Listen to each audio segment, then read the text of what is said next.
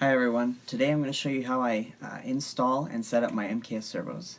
So first thing I'm going to talk about is how I mount them. With the MKS servo, it's all aluminum case, so instead of using the grommets like you would a plastic servo case, I just use a flathead screw and then bolt it straight to the radio tray. That way it centers the servo within the little slot, because there's sometimes movement, so it gets it really centered because the flathead kind of comes down and pinches it.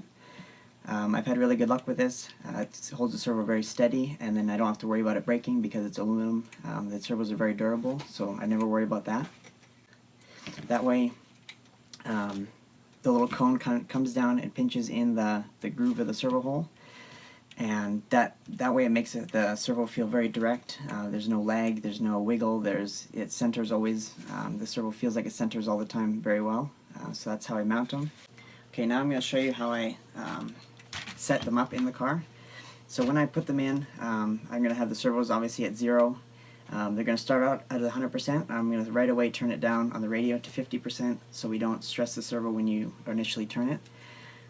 So when you have the servo at center, you're going to want to put the wheels close to straight as possible. It's not always going to be perfect, but that's the way it uses the least amount of trim to get them straight.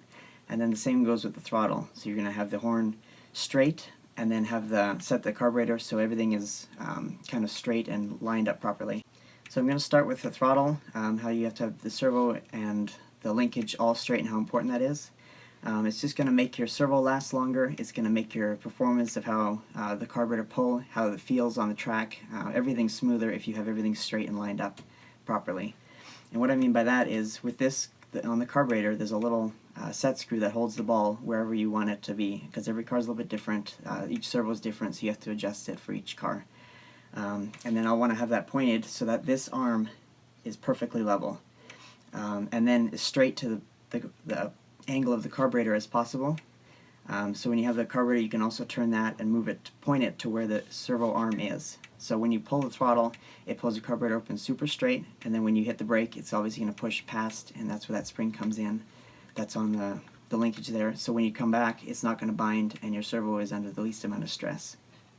The brakes also, some cars aren't able to be perfectly straight, but I got my car pretty straight. That's just going to make your brakes pull evenly when you hit the brakes. It's going to be a little bit less hard on your servo because braking is obviously very strenuous on the servo. So all of this kind of plays into making your servos last. It's going to make, in the long run, your hobby cheaper, and it's going to make you have more fun. The steering servo also, you kind of want to have the horn, when the wheels are straight, you want to have the horn as straight as possible by adjusting this link, making it the right length, because then side to side is going to be the most equal feeling.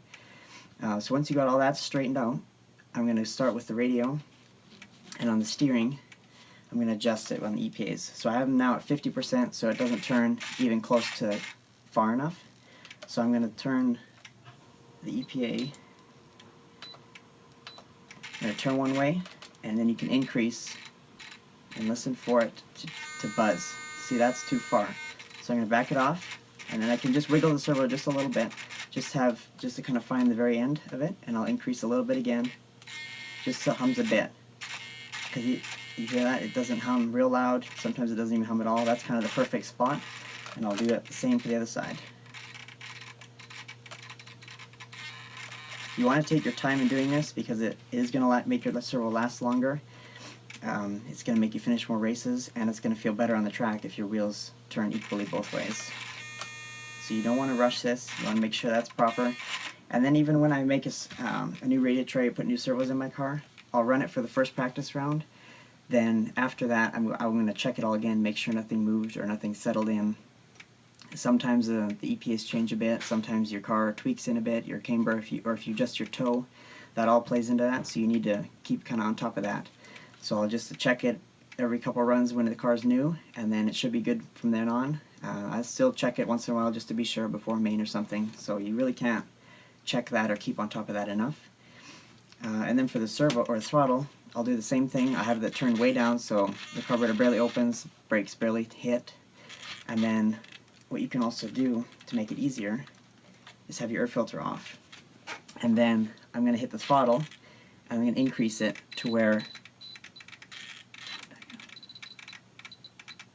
I'm going to increase it to where I can see just a little bit of the carburetor, and then when you pull it, if you have the carburetor opening too far, it's going to pull on your carburetor further than it needs to be, and it's going to make your servo strain more, and it's just going to be bad. So you want to have it, the power band will be all off, so setting this is very important also. I'll have it so you can still pull a little bit past where it actually, where the servo stops. That way you have a little buffer, and any further than that really just wastes fuel anyway, so you really don't need to go further than that. And then for the brakes, I'll leave them low right now, and I'll put tires on, and then I'll set the brakes. I'll show you how I set the brakes. Okay, now I'm going to show you how I set my brakes. And this changes a lot for different people, even different tracks. The bias front to back changes, and then the strength changes depending on the grip level. So you really got to kind of find out what you want for feel, and then when you do set the brakes, I'll show you how I do mine. And then if you do this, you test it. You set it to what you think it should be, and then you go run it and see if you need to change it. And then when it's good, come back, feel what it's supposed to feel like, and that way you kind of build a database off that, and then you figure out what you're supposed to feel, and how you want to set it from when you rebuild your car, or if you change the servo, so you can kind of get a good feel of what you want. So I'll take the hand that has the radio, I'll put on the tire, and then I'll lift this wheel up while hitting the brake, and I can spin it. I like to spin mine forward because the brakes are stopping your wheels from going forward. So some people do it backwards, but sometimes it feels differently.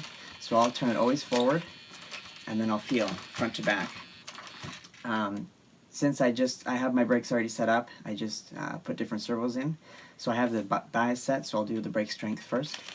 So that's not very much, so I'll turn it up, and depending on the grip level, you can kind of feel. I'll never have my brakes actually lock up. I always make them so they have a little bit of give still, because on the track you're never going to have that much grip to actually need the tires to actually lock up.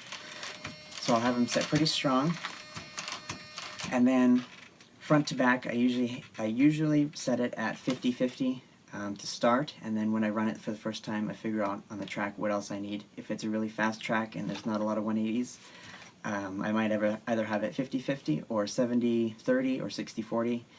And then if it's a really tight track, lots of 180s, it's kind of hard to get around the corners, I might even put a little bit more rear brake.